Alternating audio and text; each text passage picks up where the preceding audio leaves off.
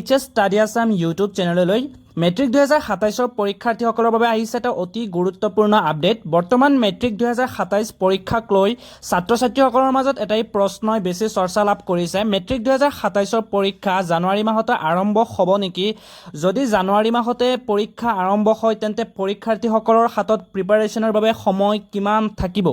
আৰু যদি জানুৱাৰীত প্ৰেক্টিকেল আৰু পিছত থিয়ৰী এক্সাম হয় তেন্তে কোনটো পৰীক্ষা কেতিয়া হোৱাৰ সম্ভাৱনা আছে? এই সকলোবোৰ কথা আজি এই ভিডিঅ'টোত ষ্টেপ বাই ষ্টেপ আলোচনা কৰিম। গতিকে মেট্ৰিক 2027 পৰীক্ষাৰ্থী হোৱা যদি তুমি তেন্তে ভিডিঅ'টো একেবাৰে শেষলৈকে নিশ্চয় চাবা। SSLC 2027ৰ ছাত্ৰ-ছাত্ৰীসকল তোমালোকৰ সফলতাক লক্ষ্য কৰি HS Study Assam 07ৰ অভিজ্ঞ ফেকাল্টিসকলে নতুন HSLC 2027 পেটাৰ্ণৰ ৰিভিজন অধিক সহজ কৰি তুলিব আৰু এক্সামৰ বাবে আত্মবিশ্বাসেৰে প্ৰস্তুত হোৱাত সহায় কৰিব।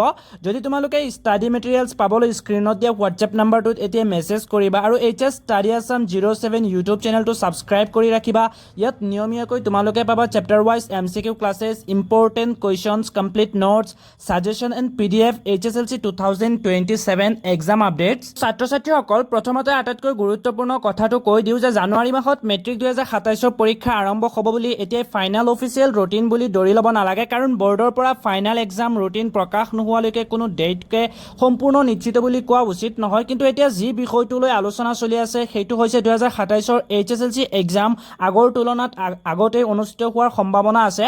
এইকাৰণে বহু ছাত্ৰ-ছাত্ৰীয়ে এতিয়াৰ পৰা প্ৰিপাৰেশ্যনক লৈ চিন্তিত হৈ পৰিছে। 7ত প্ৰেক্টিকেল এক্সাম অনুষ্ঠিত হোৱাৰ সম্ভাৱনা আছে আৰু থিয়ৰী এক্সাম ফেব্ৰুৱাৰী 2027ত অনুষ্ঠিত হোৱাৰ সম্ভাৱনাৰ কথাও প্ৰকাশ পাইছে।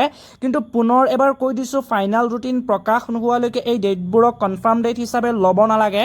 এতিয়া আহোঁ মেট্ৰিক 2027 পৰীক্ষাৰ্থীসকলৰ বাবে আটাইতকৈ গুৰুত্বপূৰ্ণ কথাটো লৈ। যদি সঁচাকৈয়ে এক্সাম আগতীয়াকৈ অনুষ্ঠিত হয় তেন্তে এতিয়াৰ পৰা প্ৰিপাৰেশ্যন কেনেকৈ কৰিব লাগিব? প্ৰথমে নিজৰ চিলেবাছটো চেক কৰা। তাৰপিছত তোমাৰ কিমান চেপ্টাৰ কমপ্লিট হৈছে আৰু কিমান চেপ্টাৰ এতিয়াও বাকী আছে সেইটো এখন নোটবুকত লিখি লোৱা। চেপ্টাৰটো পঢ়ি গৈ নাথাকিবা, যিখিনি পঢ়িছা সেইখিনিৰ ৰিভিজন কথাটো সমানেই গুৰুত্বপূৰ্ণ। বহু ছাত্ৰ-ছাত্ৰীয়ে চিলেবাছ শেষ কৰাৰ পিছতেই ৰিভিজন ষ্টাৰ্ট কৰে। এইটো এটা ডাঙৰ ভুল যে কোন ধৰণৰ কুৱেশ্যন এক্সামত আহিব পাৰে আৰু কোন টপিকত তোমাৰ প্ৰিপাৰেশ্যন দুৰ্বল। বিশেষকৈ মেথামেটিক্স আৰু ছায়েন্সৰ ক্ষেত্ৰত কেৱল চলুশ্যন চাই থাকিলে নহ'ব, নিজে কুৱেশ্যন ছল্ভ কৰিব লাগিব, নিজে লিখি প্ৰেক্টিচ কৰিব লাগিব, কাৰণ এক্সাম হলত আনচাৰ তোমাক নিজেই লিখিব লাগিব। এতিয়া MCQৰ কথাত আহে যে মেট্ৰিক 2027ৰ বাবে MCQ প্ৰিপাৰেশ্যনক গুৰুত্ব দিয়া, কিন্তু MCQ মুখস্থ কৰাৰ সময়ত কেৱল আনচাৰটো মুখস্থ নকৰিবা, কুৱেশ্যনটো কিয় সঠিক সেইটো বুজিবলৈ চেষ্টা কৰা। শিক্ষক-শিক্ষয়িত্ৰীৰ পৰা সময়মতে জানি লোৱা। প্ৰেক্টিকেলৰ ডেট, টাইমিং বা প্ৰচিডিঅ'ৰ সম্পৰ্কে ছ'চিয়েল মিডিয়াত কিবা দেখিলে সেইটো ফাইনেল বুলি ট্ৰাষ্ট নকৰিবা। স্কুলৰ বৰ্ডৰ অফিচিয়েল ইনফৰমেশ্যনক প্ৰায়ৰিটি দিবা। আনহাতে থিয়ৰী এক্সামৰ ফাইনেল ৰুটিন প্ৰকাশ হোৱাৰ পিছত তোমালোকৰ প্ৰতিটো ছাবজেক্টৰ ডেট ভালদৰে চাই ল'বা। ধৰা তোমাৰ মেথামেটিক্সৰ পিছত 3 দিন গেপ আছে, তেন্তে সেই 3 দিন কেৱল নতুন চেপ্টাৰ পঢ়াত নলগাই মেথামেটিক্সৰ ৰিভিজন আৰু কুৱেশ্যন পেপাৰ প্ৰেক্টিছত ব্যৱহাৰ কৰিব পাৰিবা। আৰু এই প্লেনিংটো এক্সামিনেশ্যনৰ আগতেই কৰি থ'লে শেষ সময়ত কনফিউজন নহয়। এতিয়া বহু ছাত্ৰ-ছাত্ৰীয়ে হয়তো ভাবি আছে যে মই এতিয়াও চিলেবাছ কমপ্লিট কৰা নাই, এতিয়া কি কৰিম? মোৰ মতে ভয় নকৰিবা, এতিয়াও তোমাৰ যিমানখিনি সময় আছে সেইখিনি স্মাৰ্টভাৱে ইউজ কৰা। এটা চিম্পল টাৰ্গেট বনোৱা, প্ৰতিদিনে 2-3টা ইম্পৰ্টেণ্ট টপিক কমপ্লিট কৰিবা।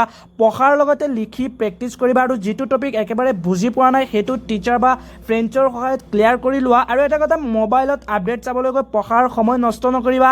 এক্সাম আপডেট জানিব লাগিব, কিন্তু প্ৰতিটো ঘণ্টাত ছ'চিয়েল মিডিয়াত চেক কৰাৰ প্ৰয়োজন নাই। বৰ্ডৰ অফিচিয়েল আপডেট আহিলে এবাৰ ভালদৰে চেক কৰিলেই যথেষ্ট। এতিয়া পুনৰ তাৰ পিছত ফেব্ৰুৱাৰী মাহত থিয়ৰী এক্সাম অনুষ্ঠিত হোৱাৰ সম্ভাৱনা আছে।